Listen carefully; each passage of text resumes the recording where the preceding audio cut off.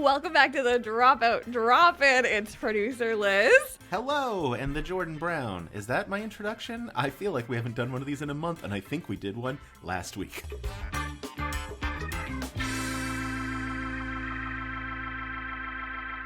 We nailed it. We're very happy to be hanging out with all of you to talk about Dungeons and Drag Queens. Finally, the season has wrapped. We are back in business with the Intrepid Heroes, the Questing Queens. We could be back in business with the Intrepid Heroes. We don't know what's coming next, but I thought for sure we were getting Dimension 20 news this week, and I was very excited to do a dual episode talking about what has been and what will be, but instead we will just wildly speculate as we love I think to do. we're getting it next week. I think by the time you edit this, people will know the answer. Get in the comments if I have posted this after or before they have announced what the next D20 season's going to be. Jordon, Dungeons and Drag Queens has been a journey. And we're on exactly Dungeons and Drag Queens 2, back in the world of Calvorda, high fantasy, back with this group of incredible queens. What was your expectation going into the season? What did you think we were in for going into this 6-episode stint? Oh, that was the thing. My number one expectation that it was going to be 6 episodes long, so it could be Emmy qualifiable. Real, honestly. That was my biggest expectation. No, I based on the trailer, I thought there were. I expected 3 maps. There were 2, obviously. There was some changing in one of them, but. I was expecting, obviously multiple battle sets as opposed to last season's one final battle set, and really more interesting and complicated looks from Brennan specifically. You expect the queens to come in with like the looks that they did, but Brennan obviously really leaned into it. Shout out to Denise Valentine for like really going to town on Brennan. For sure. And shout out to Brennan for going into that world even more than we've seen him in previous seasons. Although maybe Never Stop Blowing Up might be some of his most dramatic character work, but this was certainly the most artistic character work I think we've seen. Yeah. Brennan needs more blacklight makeup in every season for no reason. Completely. I feel like a broken record now. Like when we started this podcast a year ago, we were in a place, Dropout was in a place, therefore we were in a place of talking about a lot of season 1s of things. Like we had new shows dropping like hotcakes every month. We had Dungeons and Drag Queens had been under the belt and we knew season 2 was on the way. And now we're in a world of season 2s coming and season 2s coming through and ending. And you're going to hear me say this a lot on this podcast, but season 2s are exceptionally hard. They're exceptionally challenging because you are out of the bubble that you make your initial thing in before you have the feedback and voices, potentially accolades of the world impacting decision making and just impacting like your mental state around making a show like this. I don't think anyone can particularly say they're able to separate 100% the world and the work. But a lot of people are really good at doing that. And my expectation for this season was to see a season 2 that was not impacted by what the world had to say about Dungeons and Drag Queens. I think Dimension 20 is so good at insulating themselves and sticking to the path that they know. And I think that my expectation was correct. It seemed like they really just hammered home what they wanted to see from season 2. They pushed the story. They pushed the players. There was a lot that the world wanted, not knowing what Dimension 20 is and how it's made. So I wasn't really surprised by a lot that this season gave us, just because we study this show every week on this podcast. I wasn't surprised by how they cranked certain things up and kept certain things the same. And I think that was a really strong choice for a show that had a lot said about it over the course of a year of what it could be and how it could be in the world and the impact it could have. It was very cool to see them kind of stick to their guns and just go for what they wanted. Love that. Absolutely. Yeah. I know I have heard Reika talk about that I don't know what biggest criticism, but a criticism of Smarty Pants is people don't know where her chair is in relation to the presentation, which means obviously she is seeing things people are saying online. But yeah, like that feels like a thing that we will see addressed in season 2 of Smarty Pants. Is there will be a panning shot so we can see where Reika is sitting. But Like yeah. on SNL when they shoot sketches and like multiple stages and they Yes. can't see each other, it's Rika just on a separate Yeah. stage. Very, very funny. Well, let's get into the season. I thought we would talk about Dungeons and Drag Queens through a game of roses and thorns. So I encourage everyone watching to put in the comments their roses and thorns for the season.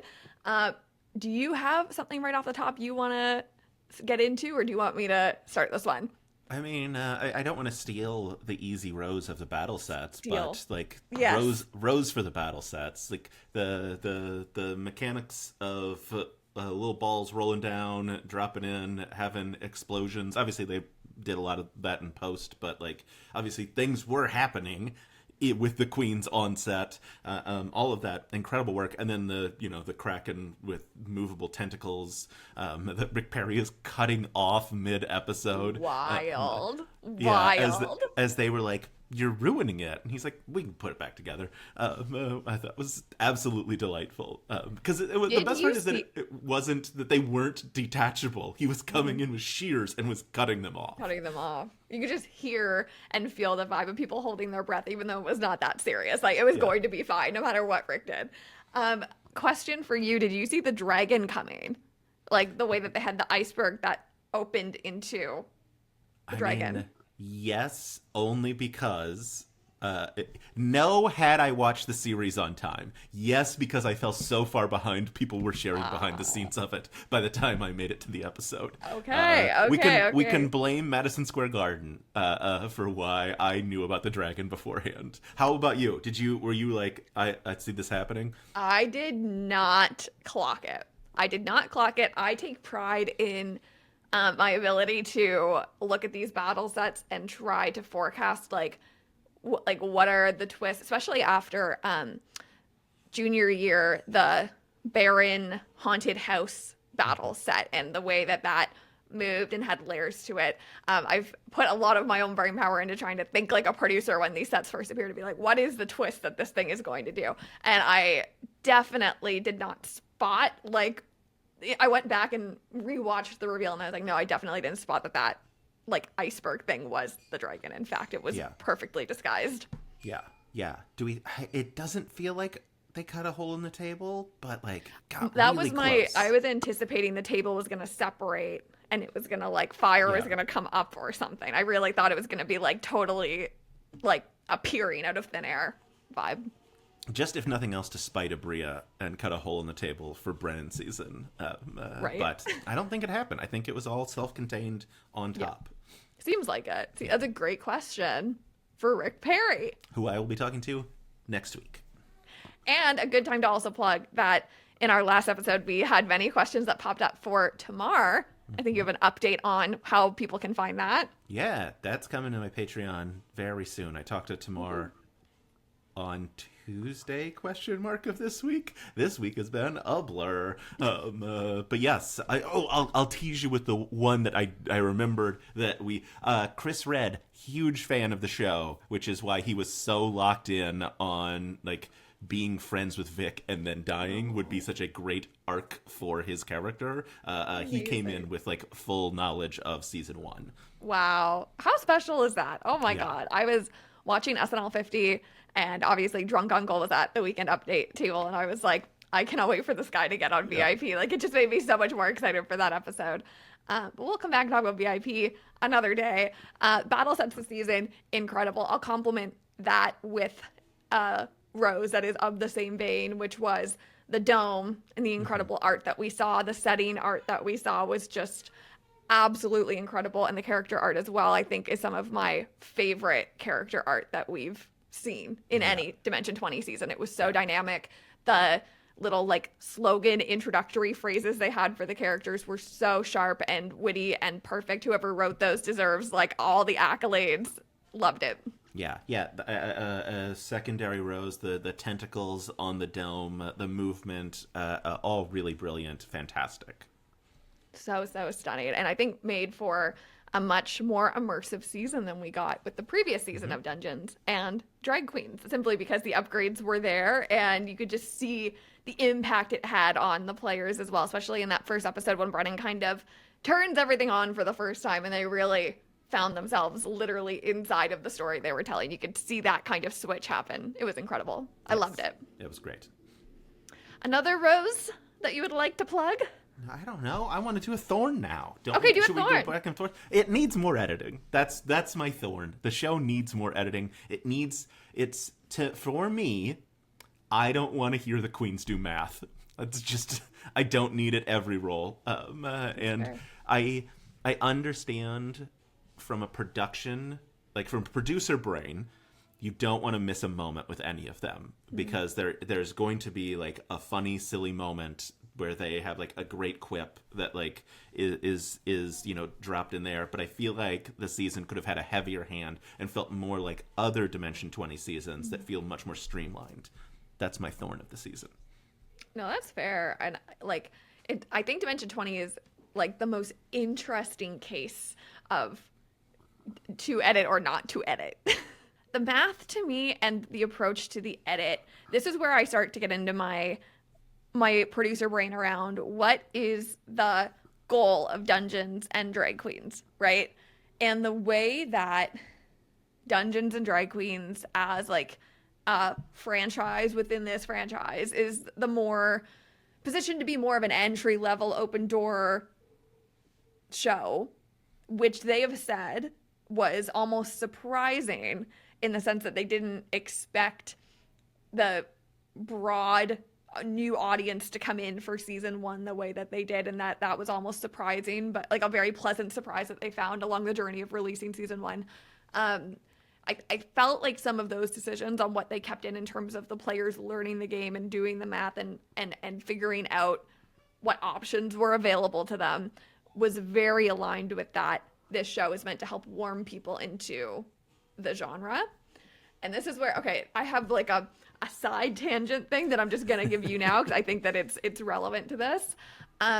It really made me wonder, like, this ensemble is so special, and this is another rose. They are magic around the table. They are magic with Brennan. The chemistry is so sharp. The characters, I think, are so warm and like the perfect kind of characters for Dimension 20 specifically. Like, I love the humor. I love how real they are. Love it. Love it, love it, love it. It almost made me wonder, like, to take the world of Kelvorta and these players, with Brennan specifically, right? And to give them their own space versus the idea of bringing in drag queens for these one-off stories and seasons as a pointed entry point that stays an entry point. So every season is a different ensemble. It could be a different DM. And the thesis of it is we are teaching people and immersing people for their first experience in the world of like actual play. Yeah. Versus the expansion on the story, which is what we had this season. Yeah, I remember before when they just announced that we just had the title card of like Dungeons and Drag Queens 2.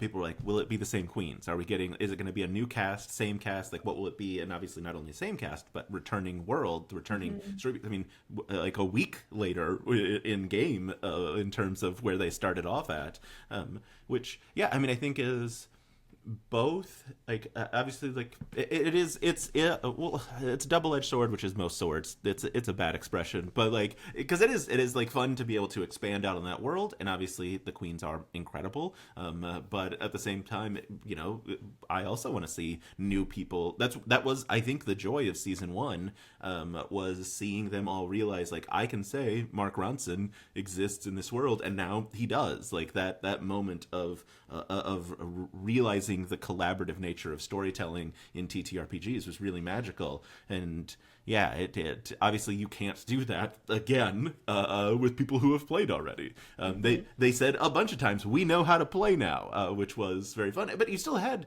incredible moments like, you know, a rose for, I think it was Bob, who was like, if I do water walk while we're underwater, do we just shoot to the surface? And Brennan was like, I've DM'd for 30 years, and I've never had this question before, and like had to go read the spell, and was like, no, yeah, you do shoot to the surface. It is 100%. The magic of that kind of moment is something you only get when you do this kind of storytelling, like this new player entry into world, which is why a second season is so important in that sense too, right? Like you only see growth when you give space for growth, which is why season 2s have that like pop or flop kind of nature to them across like any genre of television.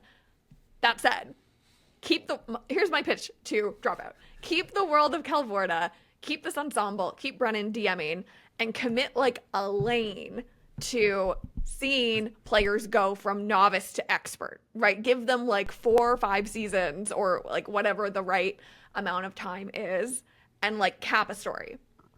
And then start a separate and different lane for a different DM and a different ensemble to go back to square one. And I think the way that we've talked over the past year about how shows like Dirty Laundry, Game Changer, Make Some Noise are really great platforms for bringing new talent into Dropout, right? And, for the people that have been watching forever, exposing people to different talents and not just having the same group of people play different games on different shows. Dungeons and Drag Queens is the kind of franchise within Dimension 20 where you could bring in new DMs and bring in people that have never been a part of the world of Dimension 20 and have that be an entry point. It would be very hard to have a new DM come into some of these franchises that are on like multiple seasons. And I even find like Ravening War with Matt Mercer is so shock to the system at times just because it's such a different style from how Brennan does season 1 of Crown of Candy, which is totally fair. Ravening War is a completely different thing and Matt rocks it and it's great. But in terms of like keeping that entry door open, season 2 was not intended to be that, but I did feel like I was missing some of that magic from season 1. Yeah. In replacement of a different magic, like hopping between Walt Disney World and Universal Studios. It's just a different magic, and that's fine. Yeah, that's fine. Epcot Ball. I know that's not at Universal Studios. Hop back in. What's your next point? I was gonna say Rose for the villains, just like really fantastic villains. I don't remember any of their names. Like I'm also listening to Critical Role. I had an interview with Danny Carr, the Critical Role lore keeper this week. I got to tell her I'm 130 episodes behind on Critical Role, which is an accurate statement. But yeah, like because I have consumed so much fantasy, just like content, obviously also NADPOD and Worlds Beyond Number and like Critical and all of that in like the last month and a half, like my brain just can't hold on to anything. So I don't know anyone's name or locations, but Mustard's owner, writer, whatever, a fantastic villain and fantastic villain reveal of like, because at the beginning you're like, well, this guy seems great. This is who I want Princess to be with. And then you're like, oh, no. He's so bad. And yeah, like the team up of villains at the end felt very satisfying. And it just like you had a bunch of like awful people for the queens to focus their ire on, which was delightful. I loved it. I absolutely loved it. And there's nothing better than seeing a satisfying villain arc in a season as short as a 6-season show. Because in like Unsleeping City, which I don't know if I've actually explained on this show, but like I did a full season 2 binge watch in anticipation of Madison Square Garden. And it was like the most monstrous thing I've ever accidentally done to myself, because every episode is like 5,000 hours long and there's 5,000 of them. And the fun of that kind of season is that you have so much time to stretch the villain and really sink the villain's claws into the world in all these different ways. But sometimes you just want that, oh, they were bad. Woo, I didn't see that coming. And you just want that satisfaction. Yeah.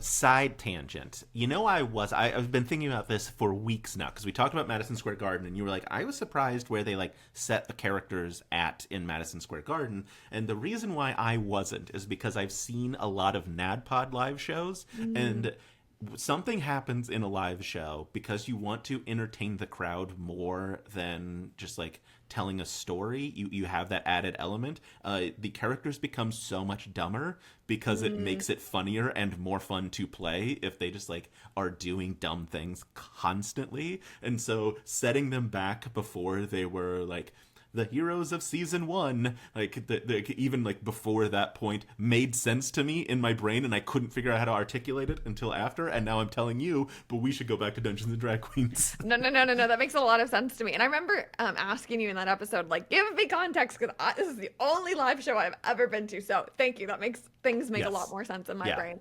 Do I wish they had given a disclaimer, you don't have to watch season 2?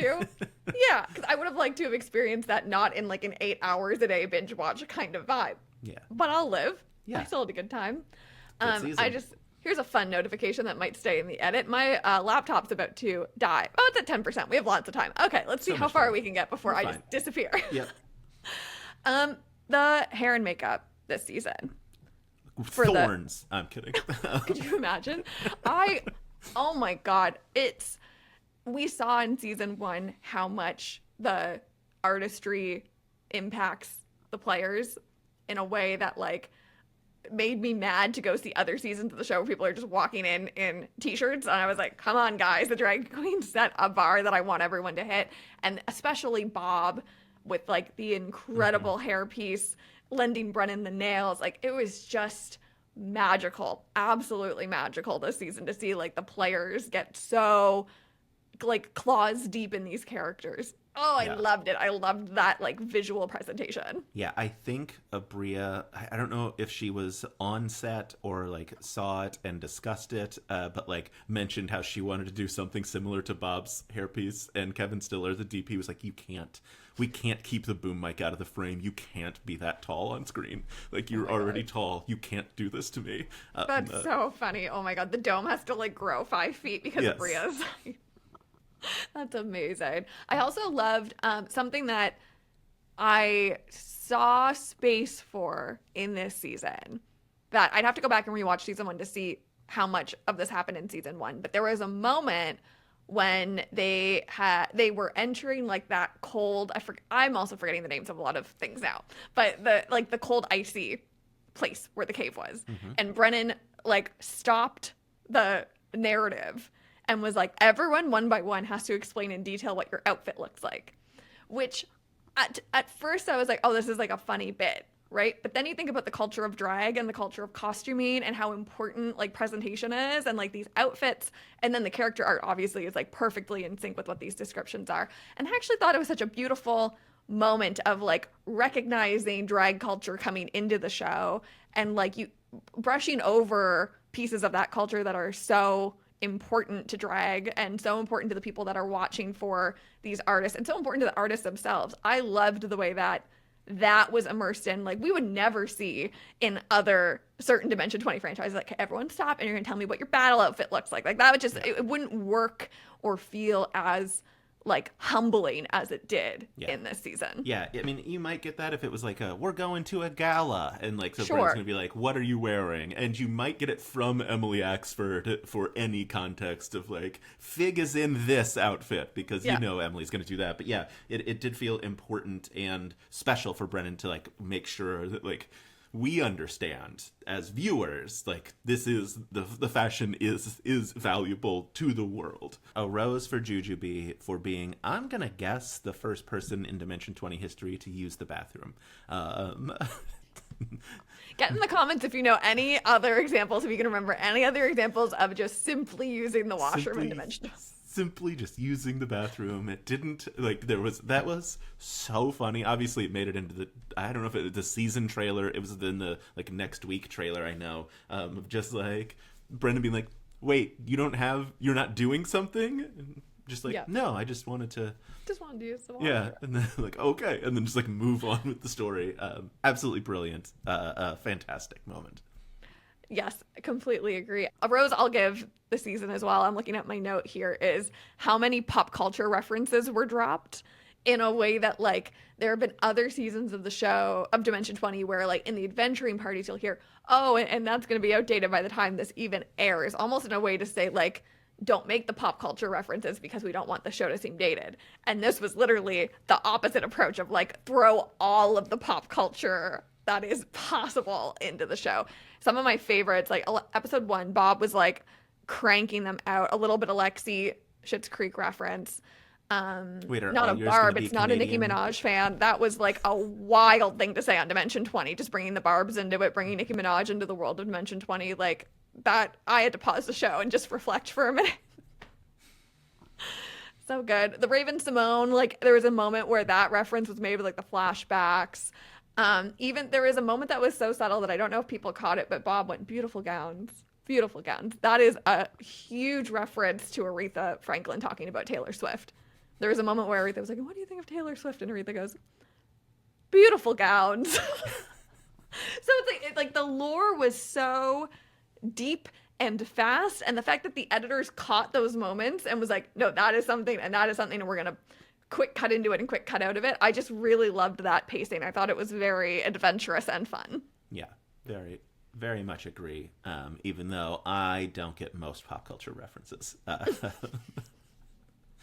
Well, did you catch any off the top of your head? No, none off the top of my head. No, okay. Well, there were plenty. Maybe I'll do a Dungeons and Drag Queens Easter egg rewatch of the show and just list out all Just the ones I pop catch. culture references. Perfect. Yeah.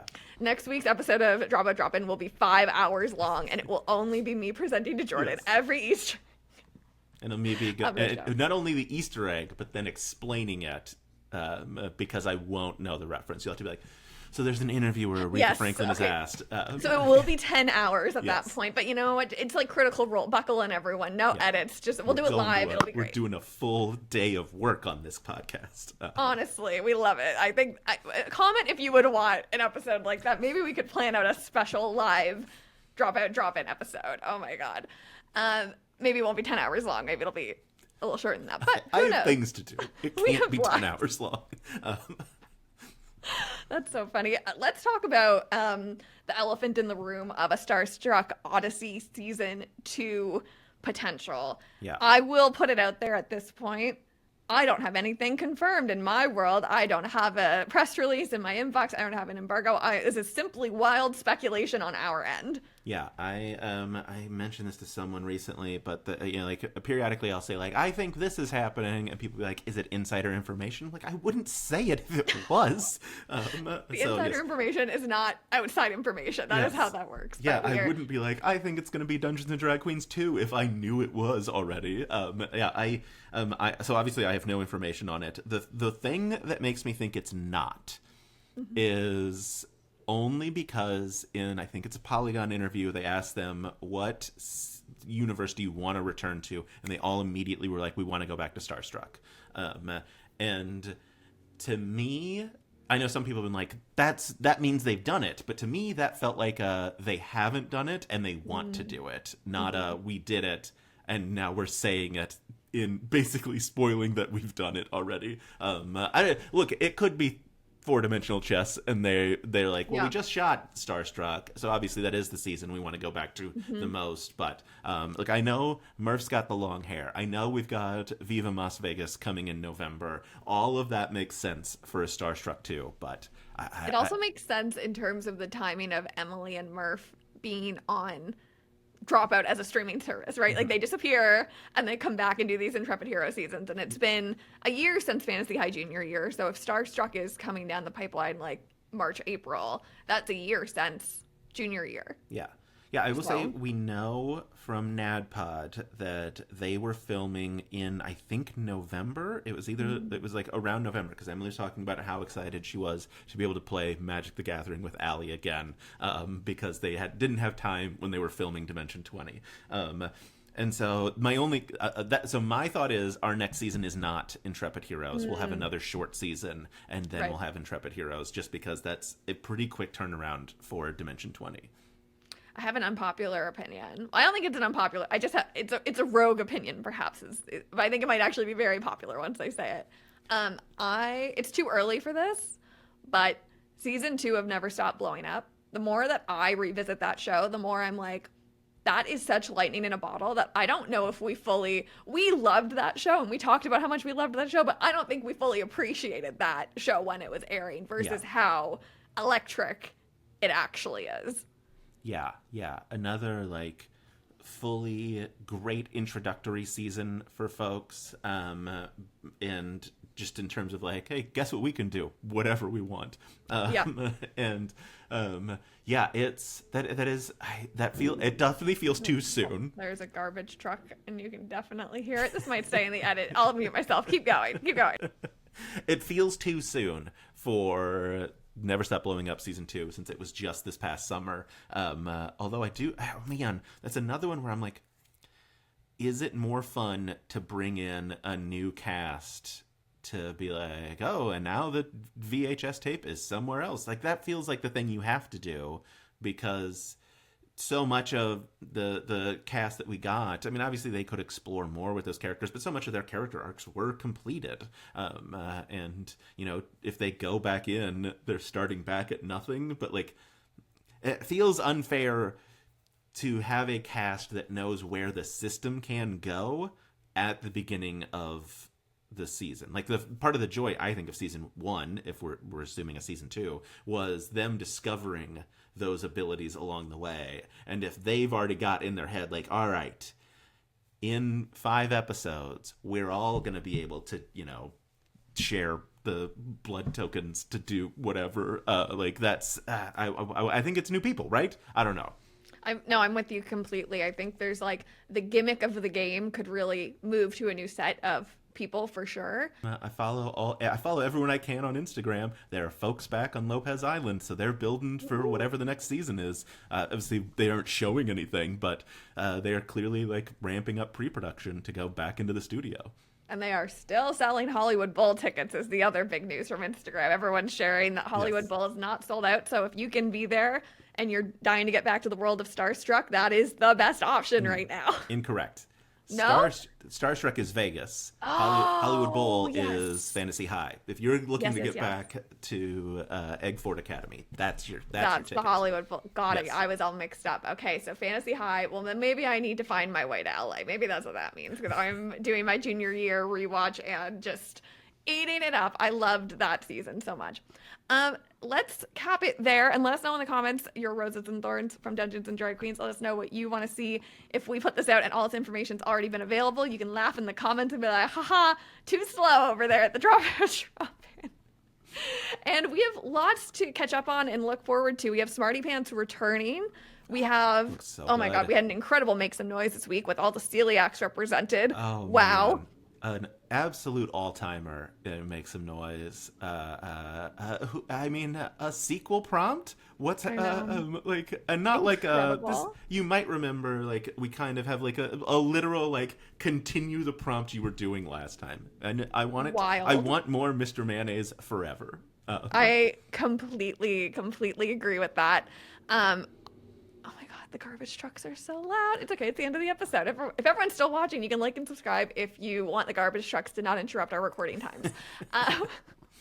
Also, we have the Game Changer teaser that dropped this week, and Jordan and I did a live react to that over on Jordan's Twitch. So I will link to that in the comments if you want to see all of our speculations about Game Changer. As we but go I'm sure frame by frame to try and guess if that is in fact Josh Johnson in the background. It's very funny. We really got in there. I'm going to have to make a spreadsheet of all of the things that we figured out. But if you want to see some Game Changer predictions, I'll link that below. And we will see you next time on the Dropout Drop-In. Bye. Bye.